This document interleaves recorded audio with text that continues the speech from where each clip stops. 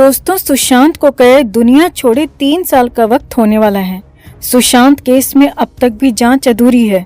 CBI अब तक भी नतीजे पर नहीं पहुंची है, या कहें कि सीबीआई के बस में जांच है ही नहीं और सीबीआई जांच पूरी नहीं कर पा रही।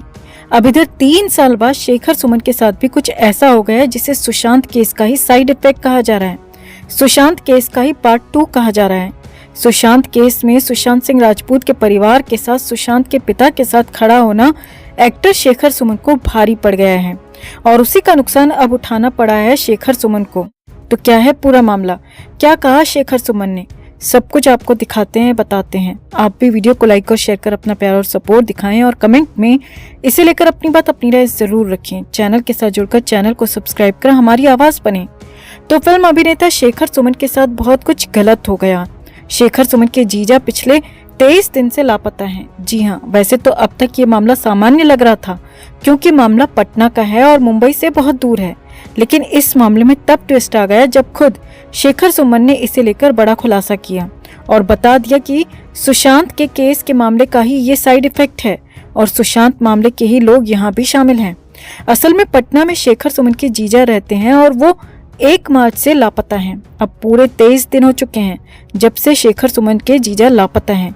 पुलिस को खबर दे दी गई है, पुलिस ढूंढ खोज भी कर रही है, लेकिन कुछ पता चल नहीं पा रहा। शेखर सुमन भी इस मामले में अपनी तरफ से जुटे हुए थे, कोशिश कर रहे थे, लेकिन अब अचानक मामले में तब नया मोड़ आ गया जब खुद शेखर सुमन मुंबई से पटना पहुंच गए और मामले की सीबीआई जांच की मांग कर दी और इसके पीछे सुशांत सिंह राजपूत के केस में शामिल लोगों का शामिल होना बता दिया, जिसके बाद बवाल मच गया। पटना में शेखर सुमन ने प्रेस कॉन्फ्रेंस की और मामले की सीबीआई जांच जल्द से जल्द करने की मांग की और पुलिस की भूमिका पर भी सवाल खड़े कर दिए। शेखर सुमन का कहना है कि जब 1 मार्च को उनके जीजा जी की कार पटना के पुल पर मिली तो उसी वक्त तलाशी क्यों नहीं की गई, और यही नहीं, रात के 2 बजे तक जब मोबाइल फोन चलता रहा तो उसकी लोकेशन क्यों नहीं ट्रेस की गई। शेखर सुमन ने आगे कहा कि अगर कुछ लोग मुझसे दुश्मनी निकाल रहे हैं, दुश्मनी निकालना चाहते हैं, सुशांत केस में मेरी भागीदारी की वजह से मुझसे बदला लेना चाहते हैं, तो मुझसे बदला लें, मुझसे दुश्मनी निकालें, मुझ पर हमला करें। मेरे परिवार के साथ ऐसा क्यों कर रहे हैं? क्योंकि सुशांत का सिर्फ मैंने साथ दिया था, इसमें मेरा परिवार शामिल नहीं था। शेखर सुमन ने साफ साफ कहा कि सुशांत केस में शामिल वाले लोग ही इस केस के पीछे भी होंगे और पुलिस को इस मामले में जल्द से जल्द पूरा खुलासा करना चाहिए। अब 3 साल बाद सुशांत सिंह राजपूत के केस में एक बार फिर से सुर्खियां आ गई हैं क्योंकि शेखर सुमन ने साफ साफ आरोप लगा दिया है, साफ साफ कह दिया है कि जो लोग सुशांत के पीछे पड़े हुए थे, सुशांत सिंह राजपूत की जिंदगी जिन लोगों ने ले ली, वही लोग अब उनके यानी कि शेखर सुमन के और उनके परिवार के पीछे पड़ गए हैं और उसी वजह से उनके जीजा 23 दिन से लापता हैं। तो कुल मिलाकर मामला पूरी तरह से संगीन हो गया है, आगे और भी संगीन हो सकता है। तो आपका इस पूरे मामले पर क्या कहना है दोस्तों? कमेंट में इसे लेकर आप भी अपनी बात, अपनी राय जरूर रखें और चैनल के साथ जुड़कर चैनल को सब्सक्राइब कर हमारी आवाज बने। दोस्तों, सुशांत सिंह राजपूत की मौत अब तक की बॉलीवुड की सबसे बड़ी मिस्ट्री बन चुकी है। दिव्या भारती और जिया खान के बाद सुशांत की मौत ने ये साबित कर दिया कि बॉलीवुड में साजिशें होती हैं और उभरते हुए आउटसाइडर्स को मौत की नींद सुला दिया जाता है। इसी बात को लेकर पहली बार मुकेश छाबड़ा ने भी अपनी जुबान खोल दी है। मुकेश छाबड़ा ने लेटेस्ट इंटरव्यू में ये कहकर सबको चौंका दिया कि सुशांत की मौत सुसाइड नहीं थी और सुशांत को किसी भी तरह का डिप्रेशन नहीं था।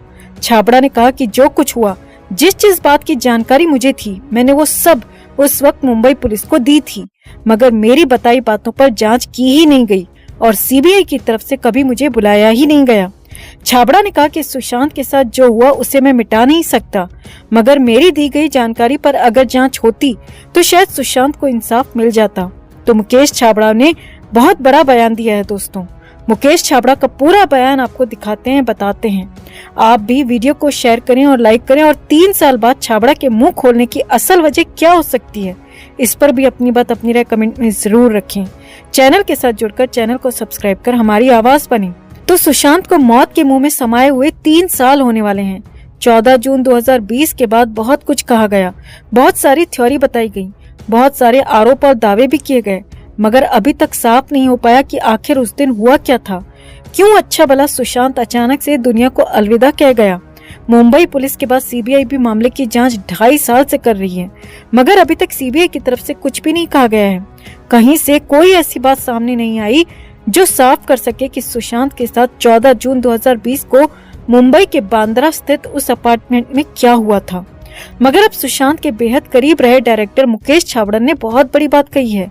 पॉडकास्ट में दिए गए इंटरव्यू में मुकेश छाबड़ा ने सुशांत को लेकर दिल खोलकर बातें की।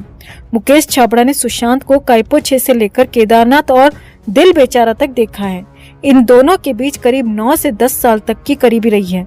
तो मुकेश छाबड़ा का कहना है कि सुशांत को मैं इतनी अच्छी तरह जानता था कि मैं दावे के साथ कह सकता हूँ कि वो खुद के साथ इतनी बड़ी नाइंसाफी नहीं कर सकता। वो खुद को मार ही नहीं सकता। उसने अपने फ्यूचर के लिए इतनी सारी प्लानिंग कर रखी थी। वो हर दिन की प्लानिंग करता था। उसने तो अपने बुढ़ापे यानी कि अपनी ओल्ड एज के लिए भी बहुत सारे इन्वेस्टमेंट कर रखे थे। मैं मान ही नहीं सकता कि उसने अपने हाथों से अपनी जान ली होगी। सुशांत के मेंटल हेल्थ के सवाल पर मुकेश छाबड़ा ने कहा कि मैं तो उसके साथ 2012 से लगातार शूट कर रहा था। एक डायरेक्टर के तौर पर मैंने उसे कायपो 6 में कास्ट किया था और फिर दिल बेचारा तक मैंने उसके साथ काम किया। हफ्ते में 1-2 बार तो हम मिला ही करते थे। उसके मेरे परिवार से घर जैसे ताल्लुकात थे। हाँ, वो अपने किरदार में गुम हो जाता था। वो अपने रोल के लिए इतना डिवोटेड था कि वो अपने कैरेक्टर में पूरी तरह समा जाता था। बस इतना ही था। बाकी फिल्म के बाद वो एकदम नॉर्मल था। न उसमें स्टारडम था और न ईगो। वो पूरी तरह सेल्फलेस था। खुश रहना और आसपास के लोगों को खुश रखना और अच्छी लाइफस्टाइल मेंटेन करना, बस उसका इतना ही काम था। अब ये सब डिप्रेशन तो नहीं हो सकता, क्योंकि ये सब तो हम भी अपनी आम जिंदगी में करते हैं।